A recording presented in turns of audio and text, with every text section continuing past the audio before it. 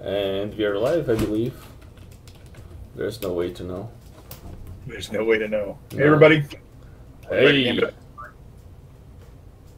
Today, I'm going to be working in both Modo and Unreal Engine. Right now, I'm building a proxy mesh for one of the components that we've got defined in the Trello, which is a floor shop fan. Let me show your screen, actually, Oh. so people know what's going on. Yeah, there's not a lot. I mean,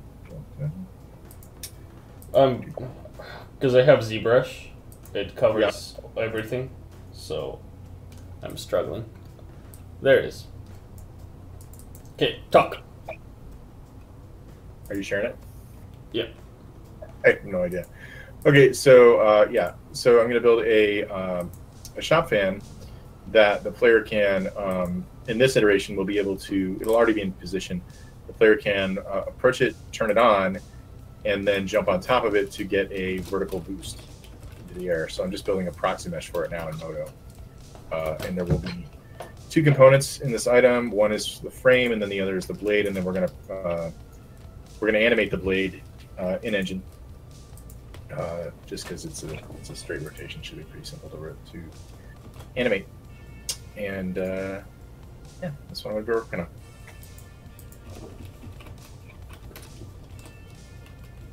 What do you got, Rob? I'm tweeting. Oh, I think we expected that maybe with my. So yeah, fun. So I'm just using the wonderful fall off tools in Modo to create some fan blades. Tell us more about fall-off tools. Fall off tools. Yeah. So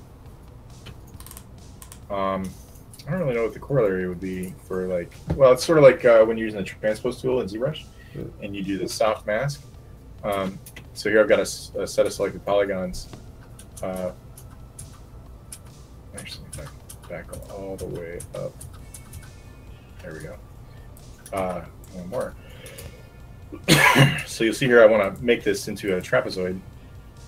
So I activate the linear fall off, which adds this purple magenta triangle, which shows you that there's greater influence on the bottom and less influence on top. I think there might even be a way to view show fall offs. Yeah. So here you can see the vertices are colored purple or yellow, and where they're yellow, there's a higher degree of influence. So now if I scale this on the Y, you'll see that it just scales it that way. And this is pretty cool too. These fall-offs carry through to the procedural modeling stuff that I've been playing around with, and shortly here in a couple of days, maybe my confidence level in the procedural modeling tools will be high enough that we can do some of that on the stream, which I think would be cool. So then they've got a couple of prepackaged deformer tools that use a combination of fall-offs. So this one uses a linear fall-off and then a rotate, planar rotate. So if I change that planar rotate to be on the y-axis and then reverse my fall-off, it will create a nice twisted fan blade. Cool. All right, let me just get my screen in place.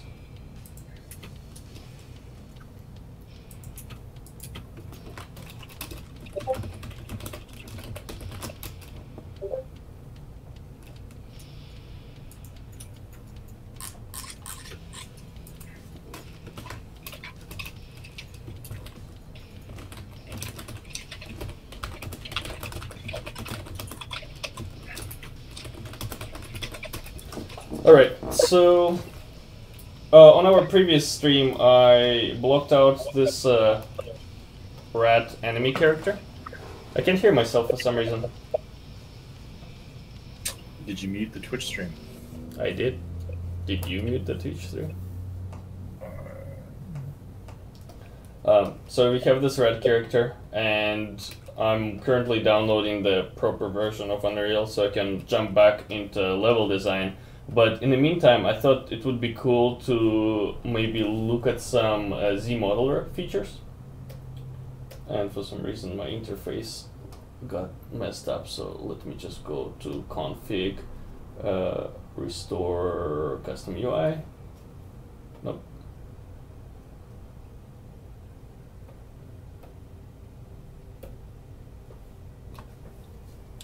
Load UI.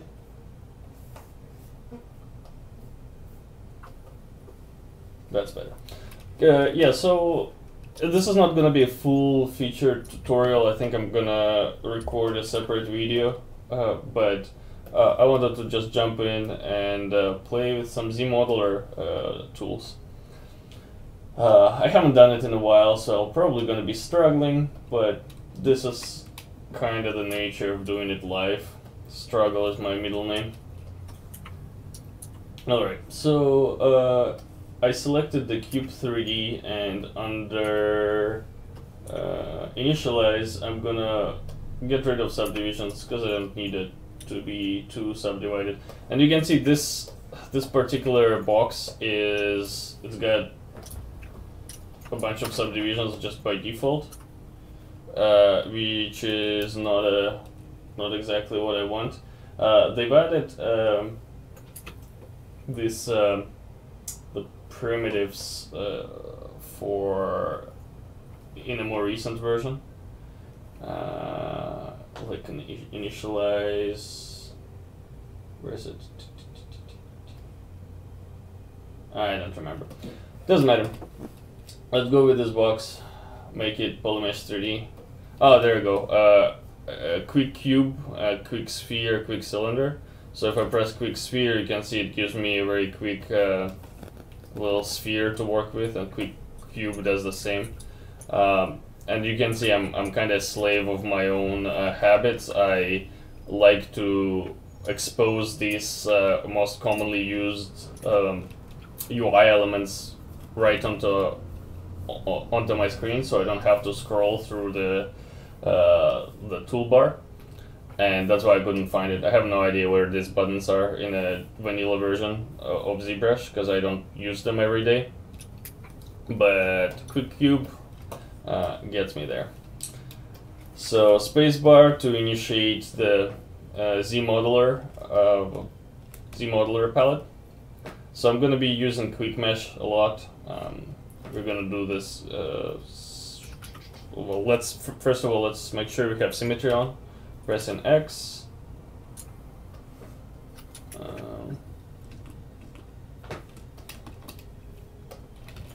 Disabling symmetry. Disabling perspective. So okay, symmetry is on. So with Quick Mesh.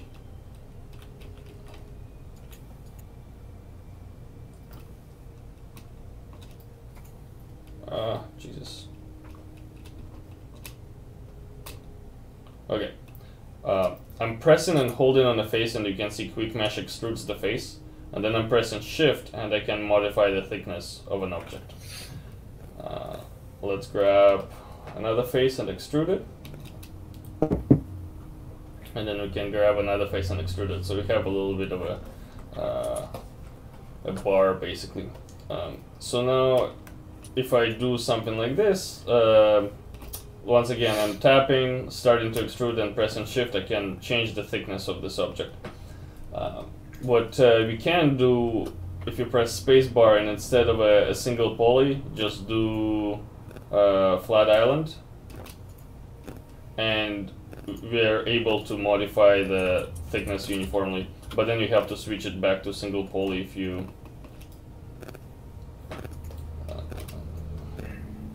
I hear weird sounds, man. There's like little noises. Oh well. It's raining here, and my mic is right next to the window. Nah. Maybe it's the rain that you're hearing. Blame the rain. Yeah, blame it on the... Yep, so... extruding another shape, extruding the bottom. We could bevel this, so I'm hovering over an edge and choosing bevel. And let's see what the default behavior gives us. And that's not what I want. Let's see, bevel, edge look partial. It doesn't do crap.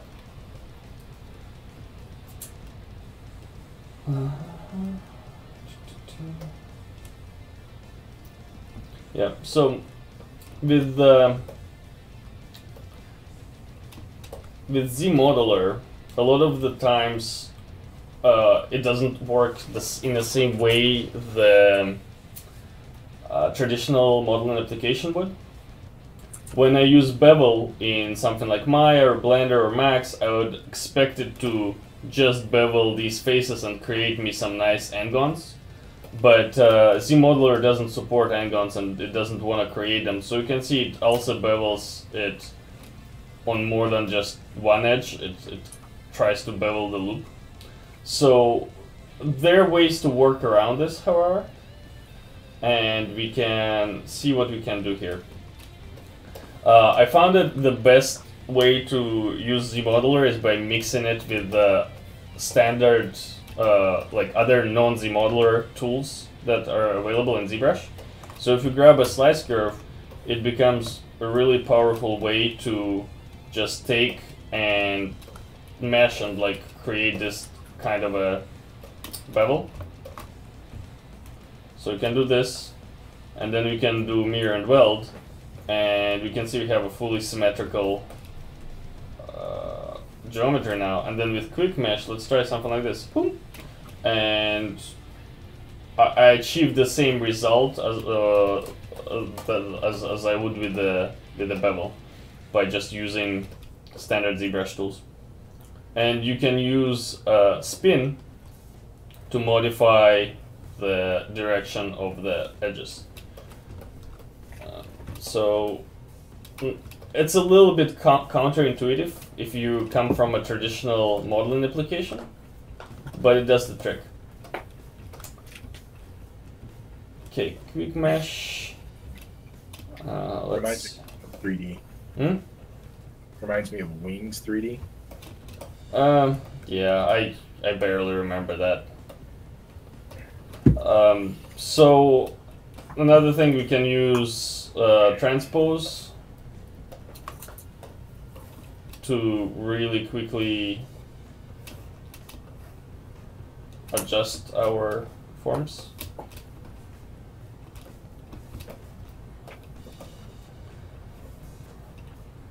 Initially, when I started with Zmodeler, I was under... it felt like I should only be using Zmodeler when I'm working in it, because it's basically a separate mode. But the power of it, like, comes from using it with other traditional ZBrush tools. But you can still do stuff like this, where you just, use it the way it's all by itself. So let's see, now I'm making a fork here, as you can see. So I want to add some subdivisions so I can extrude some teeth. So what I'm gonna do is, once again, with the slice curve,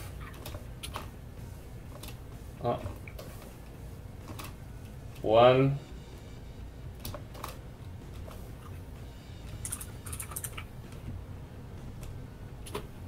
two,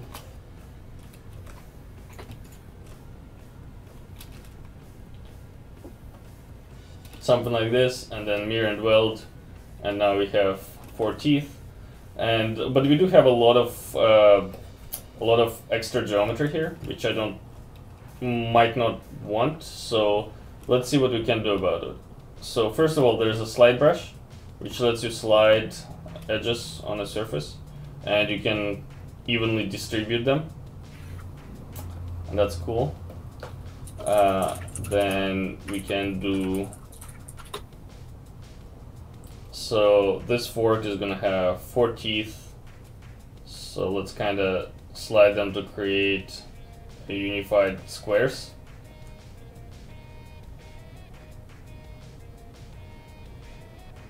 That's good enough. You can adjust it after the fact. What I'm gonna do next is, with QMesh, I will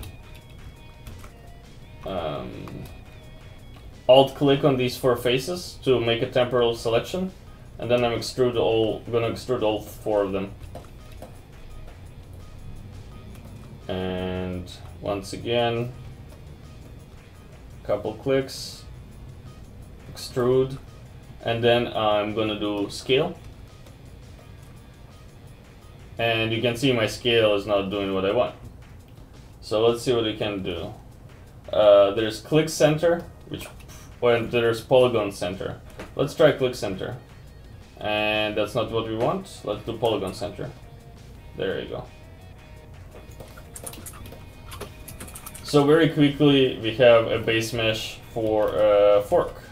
Now it's not perfect, so let's using transpose, good old transpose that we all know and love. We're gonna use it to modify the proportions and make it more interesting.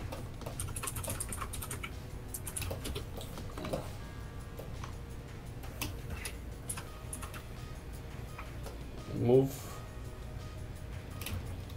And we can also use the move brush to really do like more organic form very quickly. Except I'm gonna enable Z symmetry. Is it Z? I'm confusing my axes. Okay, let's enable local symmetry, and let's enable Z.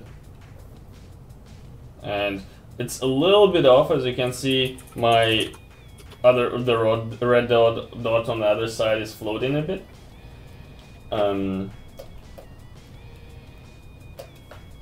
So what I'm gonna do is do another mirror and weld on Z axis as well. And now it's gonna be full symmetry. Okay, so now I can easily just go ahead and start shaping my fork in a variety of ways.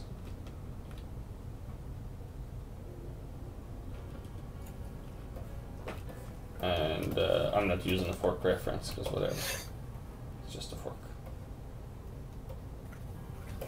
And you can use slice curve to add extra loops very quickly.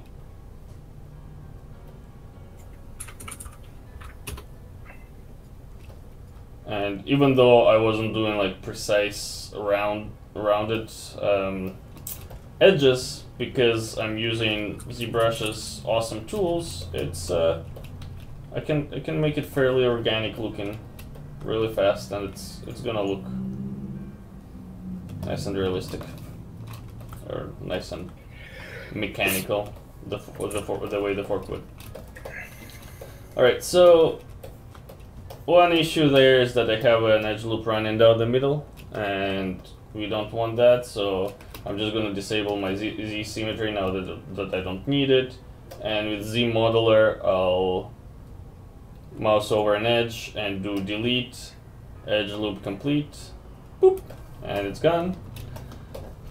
And the next thing I'm going to do, not sure. Should I be using move or transpose? Probably either or. Let's do add more subdivisions so I can actually curve my fork a little bit.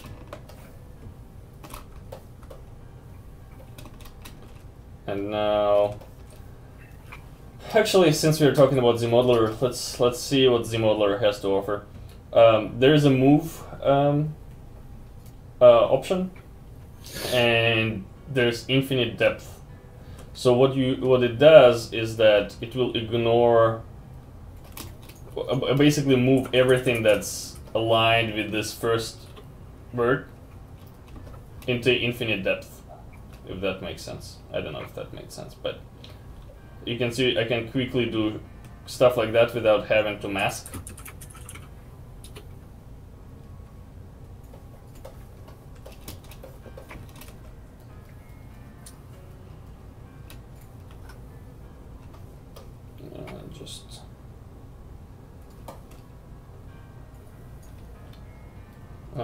Accidentally. If you click things by accident, which can be very easy to do, you can limit what your Zmodeler is affecting by like hovering over a face and do a do nothing command, which is the best command in a 3D software ever. Just do nothing. And this way it will only affect my verts. And you can see we have a fork. Now, another cool thing that ZBrush added is the adaptive subdivision. I think that's what it's called. Or dynamic subdivision. So if I activate it, you can see it smoothes out and subdivides our fork to make it look more smooth and like what it would look like if I actually subdivided it several times. And the beauty of this is that you can still work with Zmodeler as on a low poly cage. So I can just grab, move with an edge, and adjust it while previewing the curvature. So I really like that. Is there a way to see the cage? I think so, maybe. Let's see. You can do. If you activate polyframe, you're gonna you'll see these little orange dots. These are where the actual words are. So you can do it like this.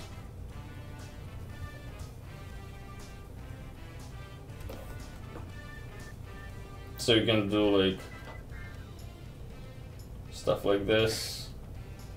And another thing, you can also subdivide it more than just 2 times. Right now you can see smooth subdivision is set to 2. I can crank it up to 3 to really get it nice looking. There's also flat subdivision, which you don't want to do. But yeah, if you want to see all these features, they're going to be under geometry. You'll see here's the dynamic, and here's all the options for it. And you can also apply the subdivisions in the end.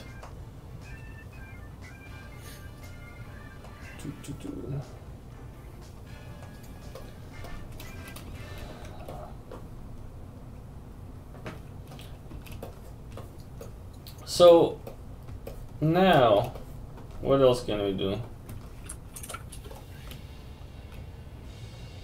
I mean, I'm just gonna quickly tweak it. One thing that probably a good idea to cover is creasing. So right now, when I activate the adaptive dynamic subdivision, it smooths everything out evenly. But what I can do is I press Ctrl W, I can merge everything, all the polygroups together, and now I can do, if I go under polygroups, I can do polygroup group by normals, and as you can see, it basically uses the normal of the faces to create polygroups. And after that you can crease by polygroups, which I think crease is under geometry. Yeah, so crease PG will crease by polygroups. And now if I enable dynamic again, you'll see we have a mix of hard edges and soft edges, which is really cool. Because now if I go back to my Zmodeler and hover over an edge and use a crease brush, let's go partial, I can selectively smooth only certain parts.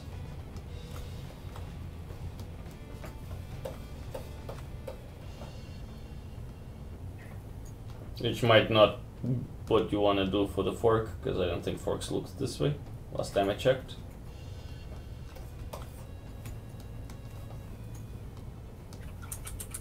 But this gives you a lot of control in terms of what you want the form to be, and it's fantastic.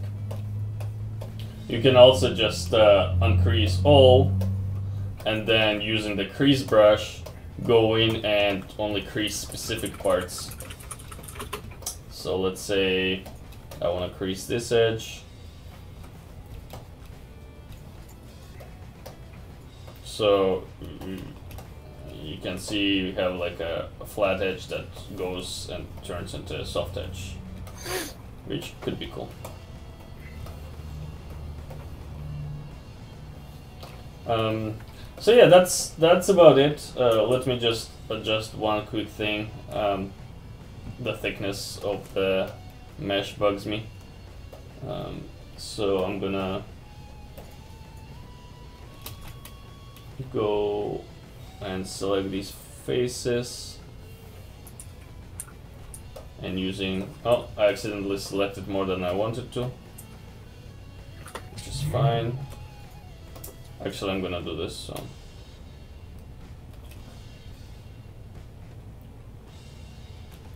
Auto save. Oh, come on. I gotta remind me to disable undo history, because it's just wasting my lifetime. Hey, Alex? Yep. Disable undo. Okay.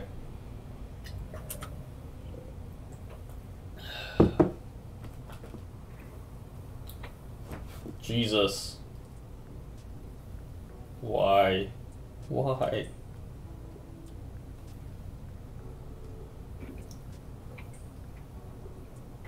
Seriously?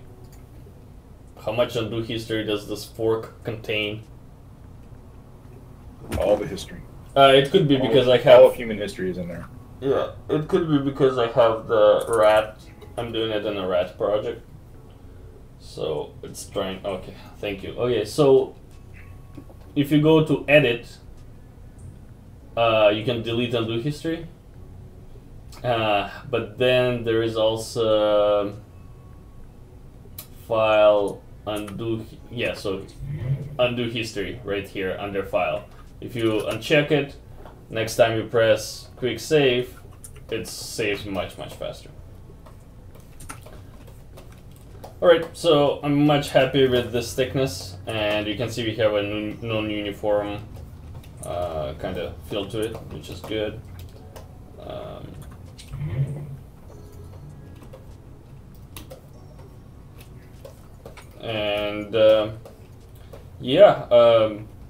That's it for the quick introduction to Zmodeler. I'm gonna be doing a more in-depth video on it. Probably go over through all of the functions that I found useful in production. But that's it for now. Now let's go to Unreal Engine and do some level design. Did you get it updated? Probably. I would hope so.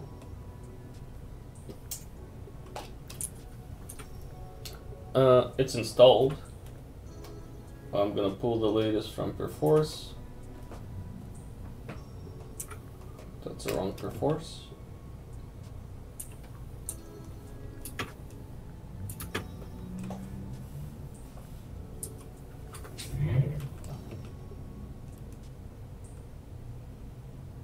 Alright, so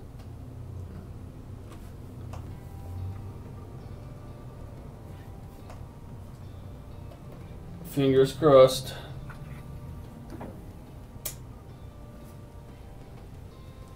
It's still opening it in 413, man. Something's not right. Did you include that the U project file when you pushed? Hold on. Yeah, that's probably it.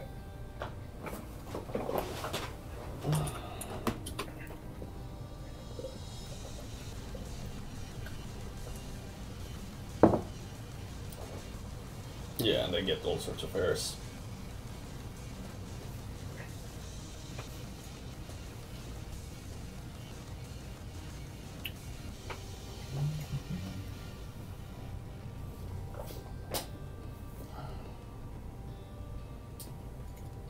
We're gonna make a tutorial series on how to use Perforce. The real truth behind GameDev. You spend half of your day fucking with Perforce. No, it says. I mean, if you open the U project in text editor or Notepad, it says 415. Can you right-click the U project and then use the what's that tool called? The switch on Unreal Engine version. Let me just open. From Explorer. Yeah, that's probably gonna be better.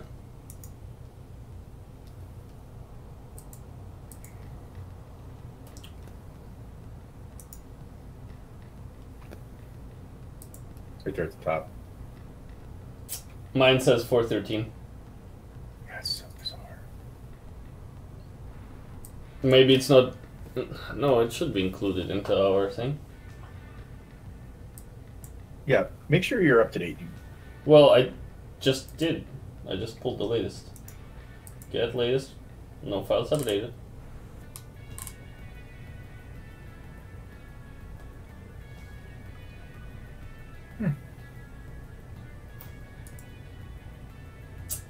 Should I just edit the text file and then we can deal with this later?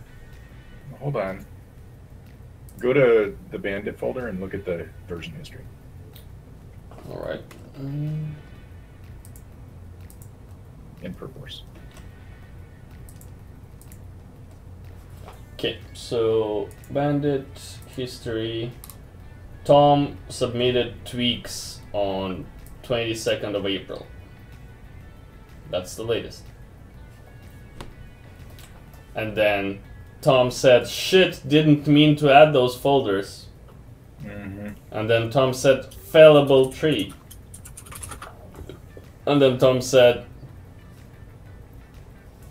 alright, refresh. One file updated. Force pushing. I'm gonna show this bad boy in Explorer again. Now it's 4:15. Now we're talking. Yeah, it's weird. I had to check it out and then check it back in again. This project requires Substance plugin, yes. Okay, there we go. So yeah, guys, Perforce is a version control software that is generally used in the production with Unreal projects, Unreal Engine projects. I don't think GitHub is as popular with Unreal people, is it? I mean, I've used. It's getting there. It's getting there. It's getting there. Yeah. It's similar to GitHub and all these, you know, types of programs. If you have no idea what a version control software is, think about it like Dropbox, a program that syncs over internet and allows you to collaborate together. But Perforce and GitHub are much more advanced versions of that allow you to do crazy shit. But a lot of times it's because they're so advanced, they're not entirely user friendly. At least Perforce is not. So there are times when you have to force push something or basically figure things out. Yeah, or close the engine. Yeah, and do things. Did I open the project? I don't remember what I did last. Did I click on it? I think I did. And then by the time you're done, you already forgot what you were working on. I'm just watching your screen. Tell me what's happening. I'm just tweaking the effect here of this fan. Should probably make this a variable.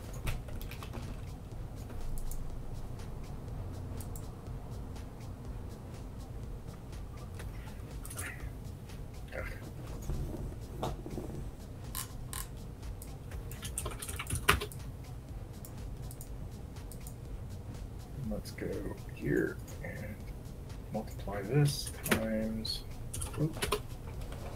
current speed.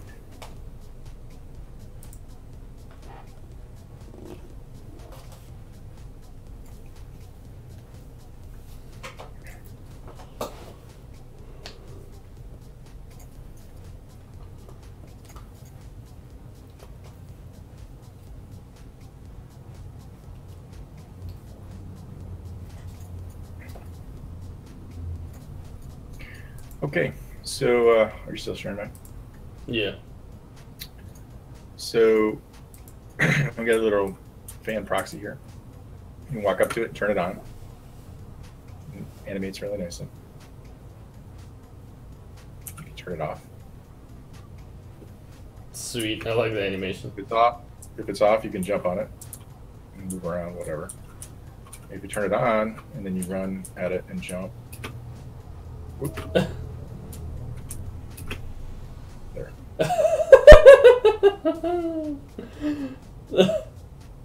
I like his hand moves. It matches with our soundtrack. It's like a party in a stratosphere. Mm-hmm. All right. So let's try to open the project again because I don't think I clicked on it or something. Oh, look at that. It's opening. How are you doing the launch? Are you using launch character node? Mm-hmm.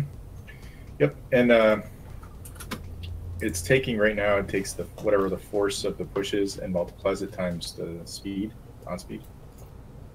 So this can actually be pretty low. But the idea there is that it gives if you give the fan some time to warm up, it'll launch you higher.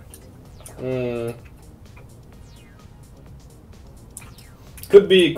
I can see how it could be confusing because you don't really have an exact way to tell what the speed of the fan is, other than the animation. You think it should just be constant? Yeah. New plugins are available. What does it mean? Substance. Weird. Alright, my Unreal Engine 4 launched for the first time. It's the first time I launched 4.15. Look at me. Alright, so Alex level layouts. The first thing I'm gonna do is I'm gonna run through my original layout that I did on stream and see how it feels with new set of animations because I haven't tested them yet. Okay, so we don't need to wait for shaders. Look at the dead eyes of the raccoon. Whee!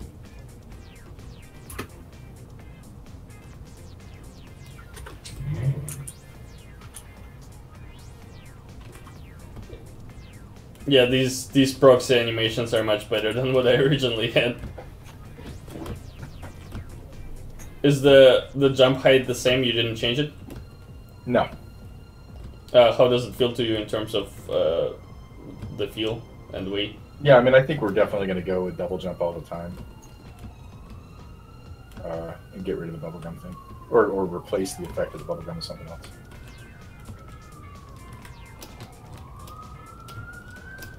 So I'm just running through and trying to recall what this level was. Tom kinda went ahead and spent a lot more time on this on his layout. So mine is pretty rough looking. Oh, I need to build the lights, I believe, because there's no shadows. I just realized.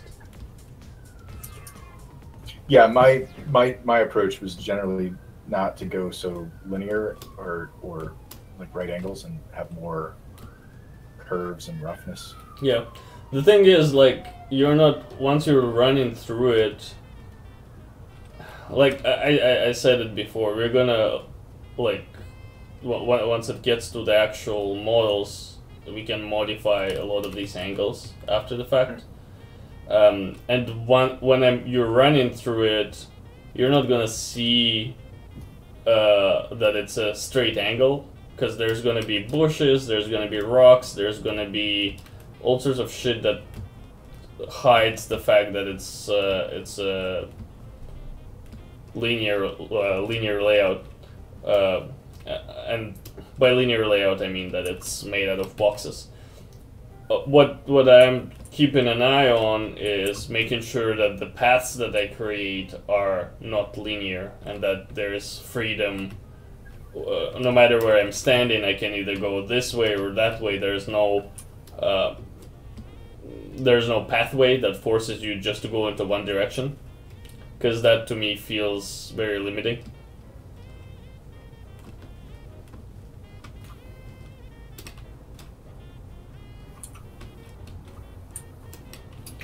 Alright, this feels pretty good.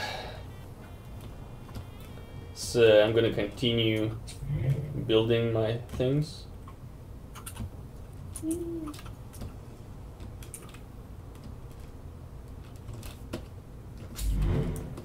And maybe it's time for do a little bit more interior work.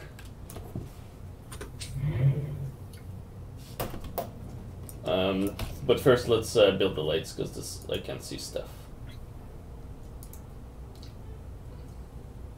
While lights are building, we're gonna watch Tom do things. Yeah, I'm just thinking right now. The fan works. It's a Z force. It's a straight up and down. Mm-hmm. And I'm wondering if I did a test here to prop it at an angle. Yeah, I think you should be able to interact with the fan to adjust the angles. So it could be straight and slightly on an angle. So and you could also approach the fan and rotate it, so you can basically point it at the rooftop and launch yourself to a location other than the default up. If that makes sense. Yeah, I wonder if that might not be part of a different component. Like a rotator component? Yeah. Something that you like, where it sits on something that you can turn, so you're not actually adjusting the thing itself. And then we'd have a little bit more control over how to target that angle. Mm-hmm. Something similar to like the way that the fellable tree works, where you can establish these are the angles that it can fall at, or these are the angles that it can rest in. Yeah. Yeah, that would make sense. Where's my browser? Alright. The arms feel a little snappy on there.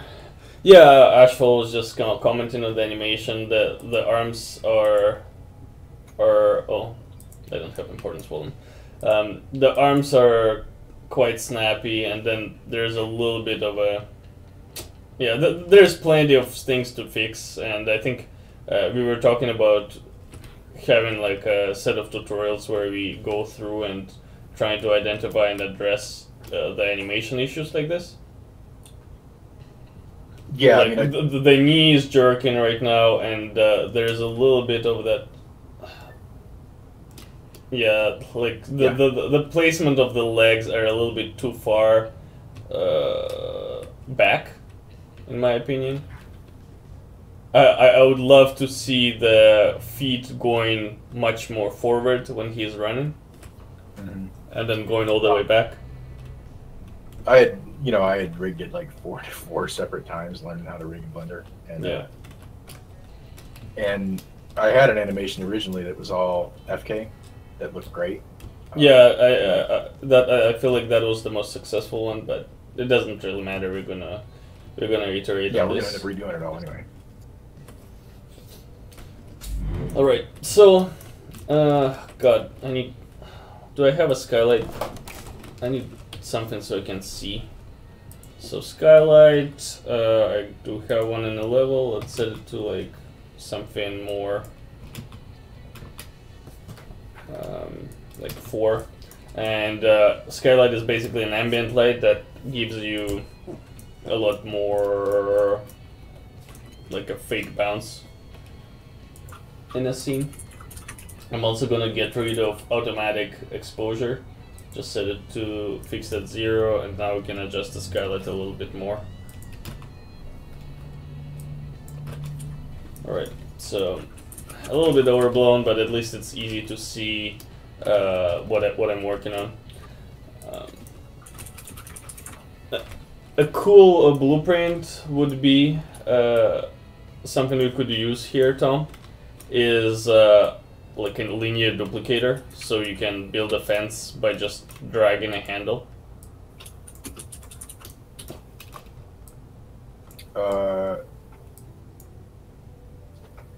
You know what I mean?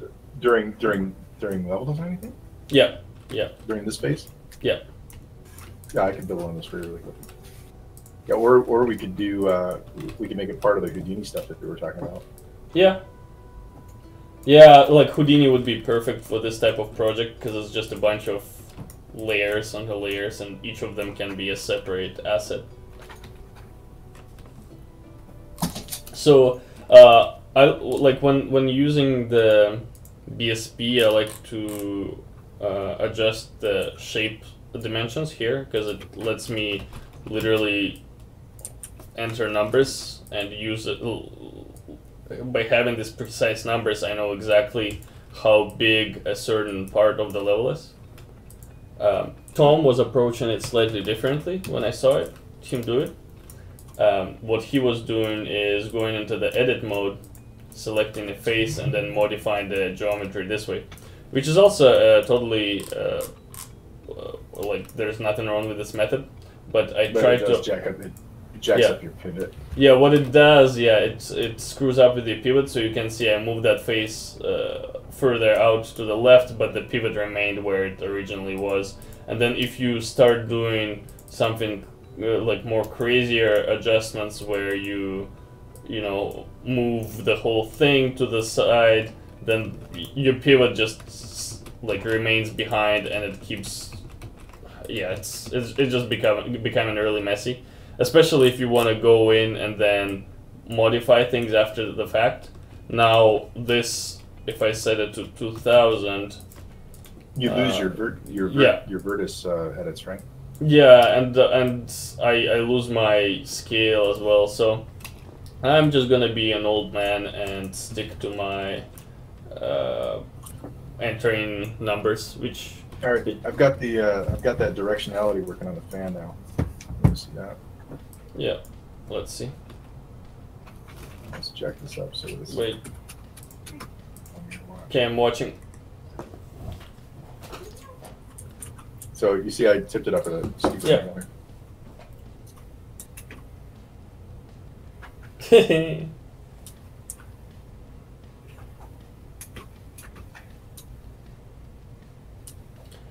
Can you jump on it from the other side? So if you move it slightly, or yeah, like this. What happened? Yeah, we'll have to test it and make sure it's predictable and there's no cases where it launches you too far out. Yeah, I think I'm going to have to add a second vector to this overlap. Right now I'm using the same overlap for the interactable to turn it on and off as I am for the jump. So you can see here, like it's getting behind it. I can't create that overlap again. Yeah.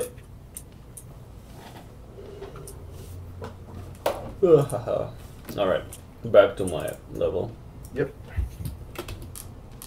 So I was thinking, what if we have part of the level where this is like a few buildings that form a city block, but what if, or not really a city block, but they form something. What if we had a sewer system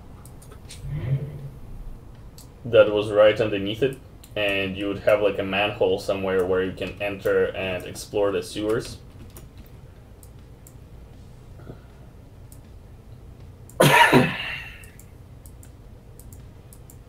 And yeah, let's play with this idea. And because we're using BSP, we can just cut through several volumes at the same time. And it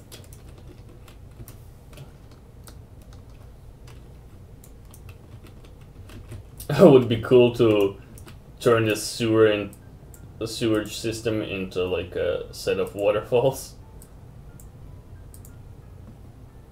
You know, that's what I thought you were building originally. It was like some kind of a dam or something. Yeah. Well, I'm building something out of the parts that you wouldn't expect to be used for for this particular purpose, if that makes sense. And yeah, very quickly we have a set of corridors that connect together, and we can position them.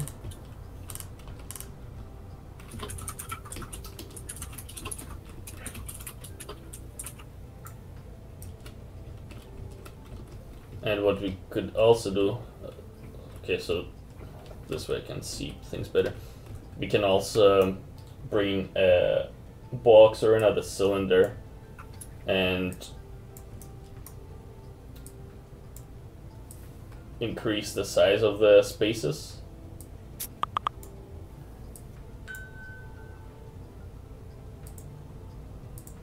So subtractive. All right, that fan component's pushed up. Okay.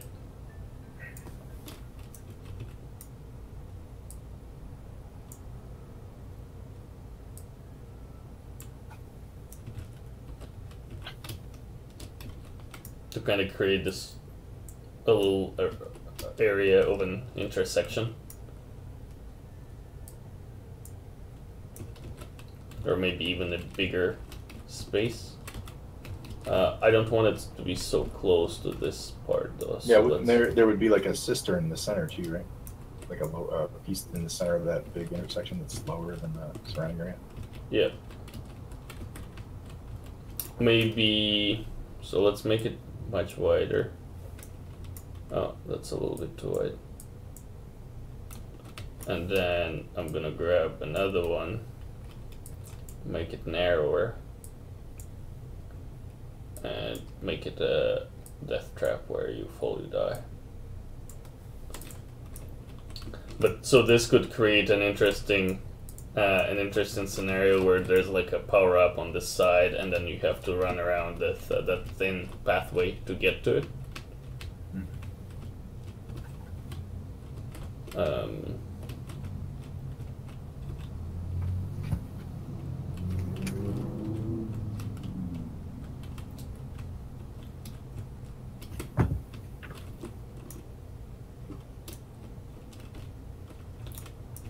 So let's just test it, see what it feels like.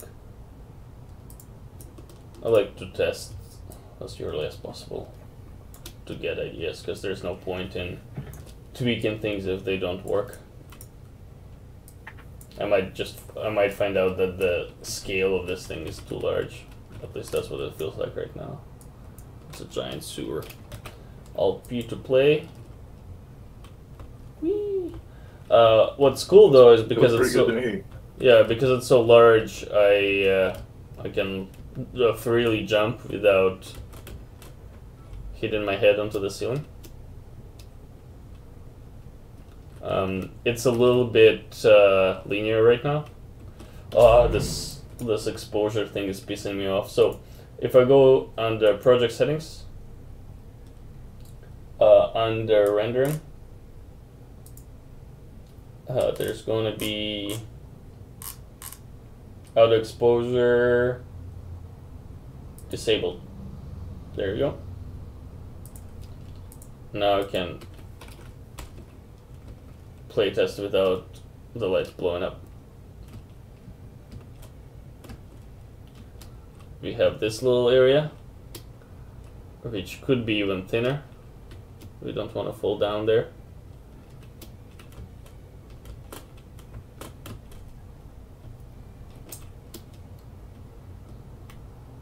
This, oh, there's a giant crack into the universe.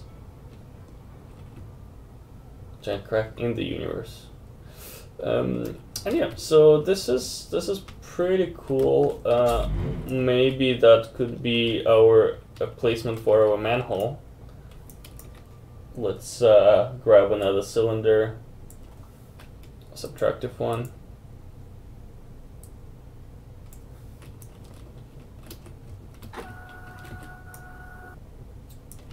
And we can grab this guy and offset it slightly. Printers, I hear printers. Mm-hmm.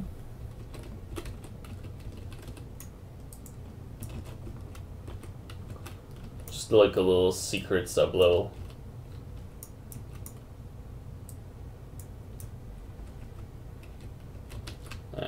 I'm not gonna bother cleaning this up too much.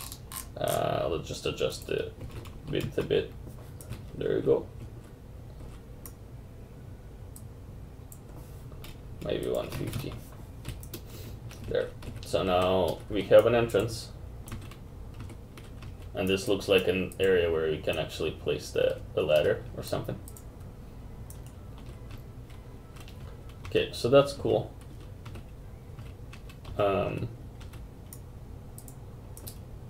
Now what if we had a little bit of a less of a linear tunnel here, and that goes straight into this the discussion where Tom was giving me shit for making things linear and straight.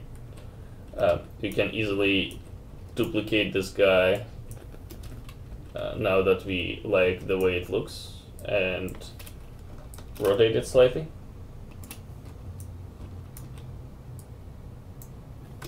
Let's kill the rotation snapping so I can more freely rotate it.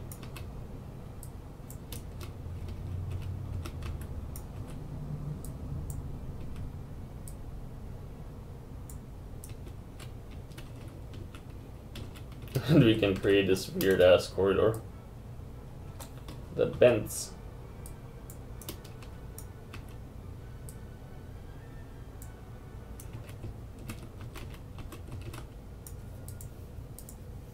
And this should feel a little bit more interesting to run through.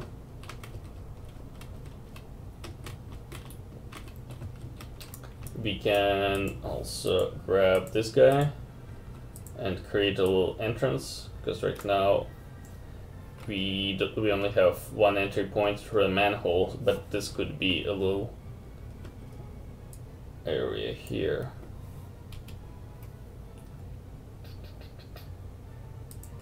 Zero. And the reason one of the reasons I keep things very straight and linear, because it just makes it easier to duplicate a box and reuse it somewhere else, because the rotation is all going to be most likely aligned with other objects, so I don't have to screw with rotation values too much.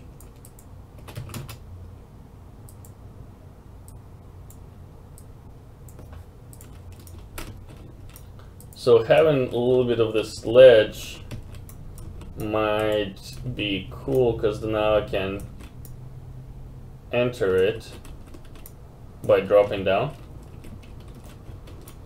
and maybe we can extend it further and lead it to a more like a secret area that's on the other side that you would not be able to enter otherwise.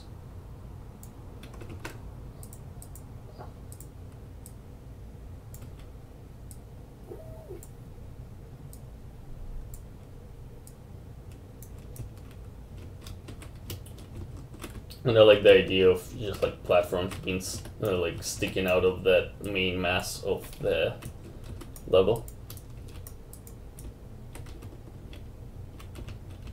So, boop, boop, boop. And then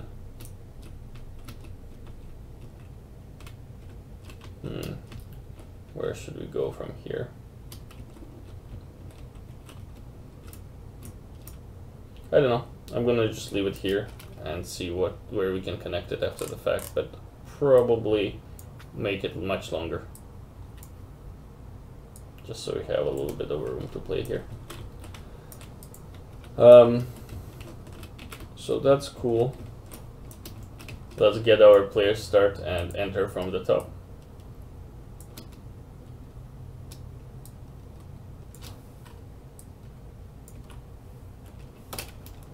Hold P to play.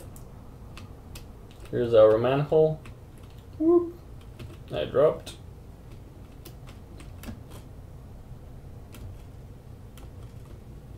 We've got a little wonky corridor here.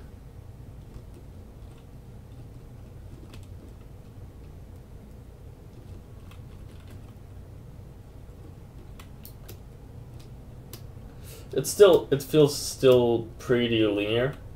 I do like this though. That's interesting. Ah, crap. I fell. Oh. I was thinking we should have a guy, a smuggler who sells potions and power-ups, and it should be a capybara. just a random thought. Because why not? Yeah. Right, so we have houses, we have... we need some more of a backyard type of stuff here.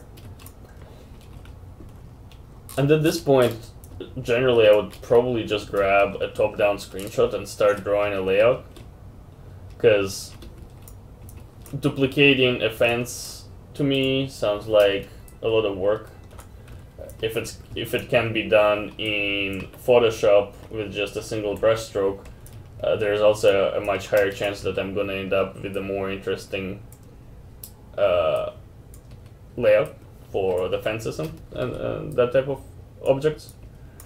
But you can also do it in the engine by just duplicating and placing. Yeah, the card in Trello for the fence actually says that some sections need to be destructible. Yeah. Yeah, so I don't know if you'll be able to use a spline duplicator for it. But there's probably a way. Yeah, I think if we go the actor approach, we could probably make it work. Is there a way to communicate between two actors and make them kind of face each other or like connect in some way? Or am I talking Star Trek? No, I think we'll probably just need to like start out with just a basic fence section and then make that destructible. And then you know, we can do that, the physics switch, and just let it fall apart. And then we might need something a little bit more robust using the new map, the map variable type. Yeah. I don't know if we'd use a spline anyway. I mean, it's, you know, I don't want to be fighting with the spline tools to make right angles. I mean, you know, it's not like spline is not that bad for right angles. Okay, 1 400, 1 400. So I'm quickly duplicating a few volumes to carve out a shell for the house. And then let's do 250, 250, 150.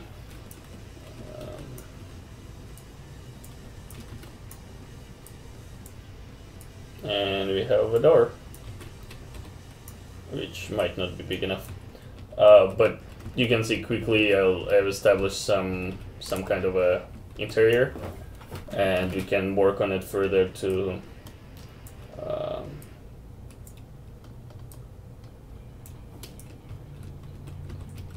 further improve the layout.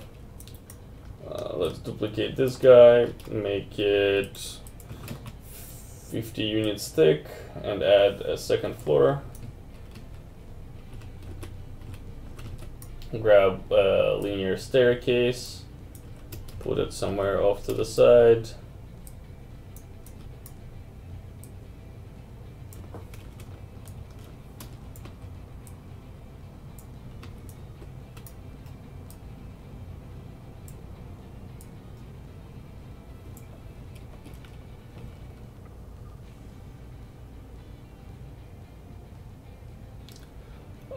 Hi Lilium, we're using Unreal Engine. It is similar to Unity, I guess, in terms of features, but the Unreal is our weapon of choice.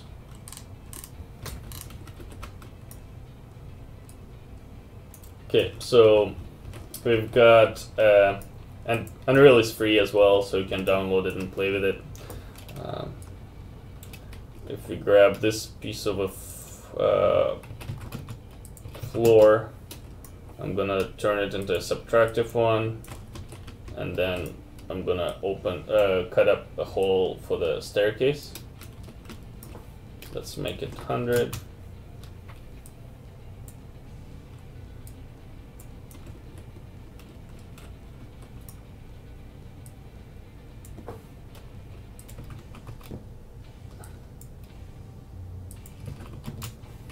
Okay, so very quickly we got ourselves an opening.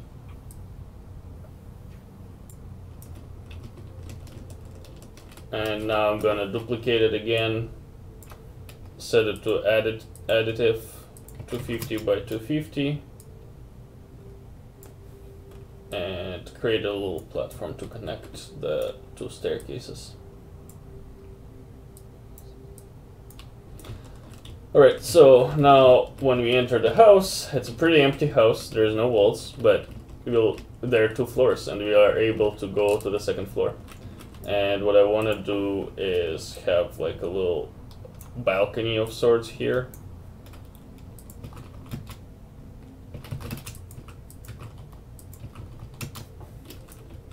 That I can use to look at things and plan my next step. So let's do. I rotated it so it's my axes are messed up. Let's see. That's fine. So let's do this one. 50 units. Set it to additive.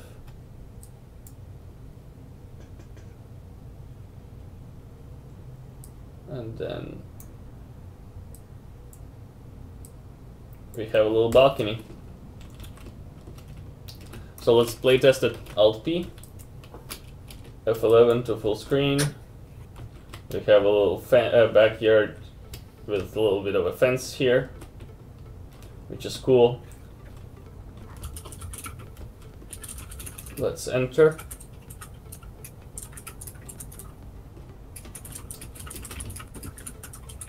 Here's our staircase.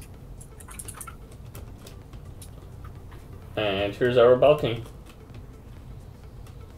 And I like the view that you get from here, because you can really see the other buildings in the area, and you can see enemies walk around, and you can see the rest of the level. It's a nice little panorama. Whee! And once Tom pushes his little fan, we can set it up here, so we can use the fan to jump up to the rooftop. It's already in. You could pull now and use it if you want. You could pull now and use it if you want.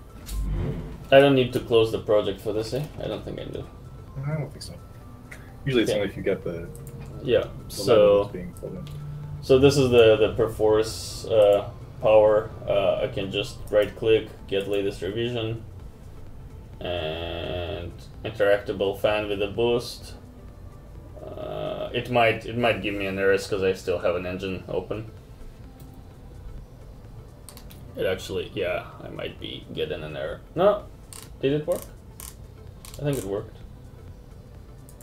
Okay, so where did he place it? Should be in Blueprint, Interactables.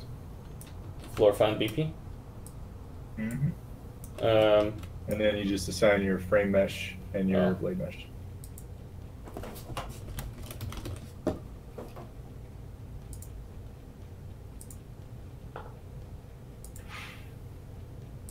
Okay, so we have our thing.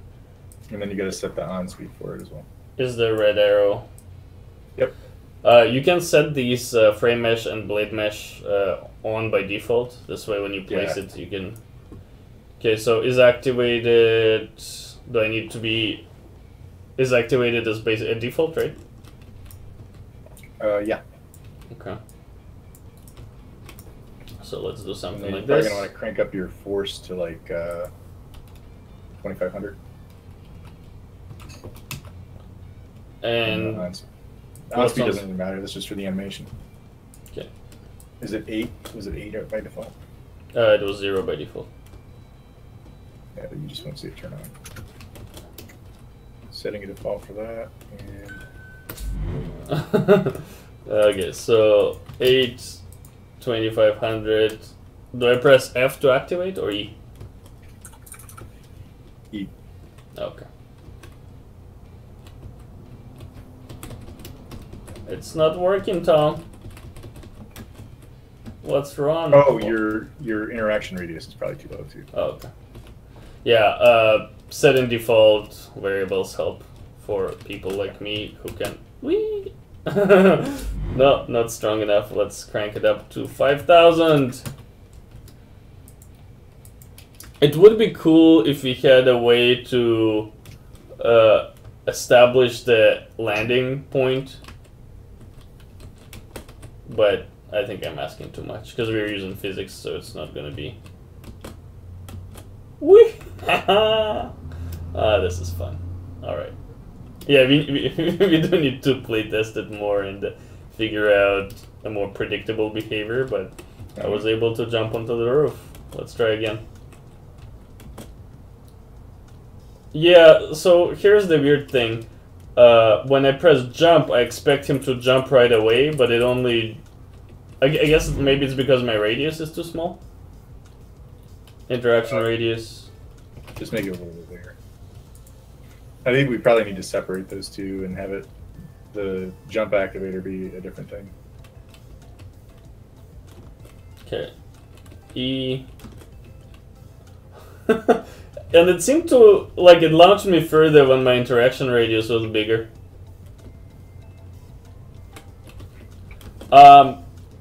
The way you have launch character set up, does it, like, override the current velocity or add... No, it just adds to. Yeah, I think, so here's the thing, I was playing with it a lot back when I was, Bob and I was working on Darkstrain, and the override is a cool feature, but it's not as predictable as just setting a specific velocity, because... You mean inheriting? Yeah, Yeah, other way around. So, adding to the existing velocity is not as predictable as a complete override. And you said it's overriding right now? No, it's not. Okay, yeah. So maybe it's worth trying it with override. Yeah, but yeah, that's cool. You can get to the roof. Whee! And I also need to export the texture map with eyeballs because dead gray eyeballs are scary. One last thing. I need. I gotta get moving because it's Monday and Mondays are tough. Yeah, I gotta go too. But one thing that I wanna quickly test here is adding a sloped roof. And a quick way to do this is if you go into the editing mode and double click on the edge and then just click split, you can add a little edge loop, and then if you double click on the edge, selecting edges is a little bit tough, or maybe just use two words, you can add a little bit of a slope, which is great. Now let's test it again. Let's see how it feels to run on a sloped roof.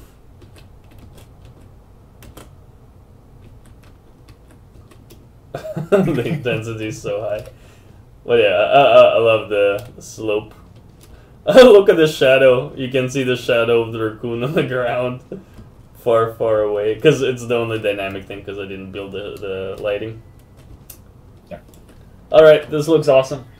Cool, good progress today. Closed the card in Trello and figured out more of the level design stuff. Great way to get started with UE4. Just the basic tutorials. That dude Henry is asking a question. Yeah, Epic's got hours and hours and hours of tutorials working with their template projects, which are all fantastic. Mm-hmm. And if you're new to our channel, if you have any questions or specific things you want to figure out, jump on our Patreon, get in Discord. We're happy to help out however we can. Answering your questions. Yep. On the stream or whatever. Oh, I made it. Look at that. Yeah, this starts to feel more like a game. Almost. Almost. Almost. You're getting there. Alright, We guys. gotta get some loot in the trash can next, I think. Yeah, we do. Yeah. All Alright, guys. Thanks for everybody for joining us today. And we'll have the recording posted on YouTube here shortly. And remember to hit subscribe on YouTube and follow us on Twitch. And we'll see you tomorrow. Bye-bye.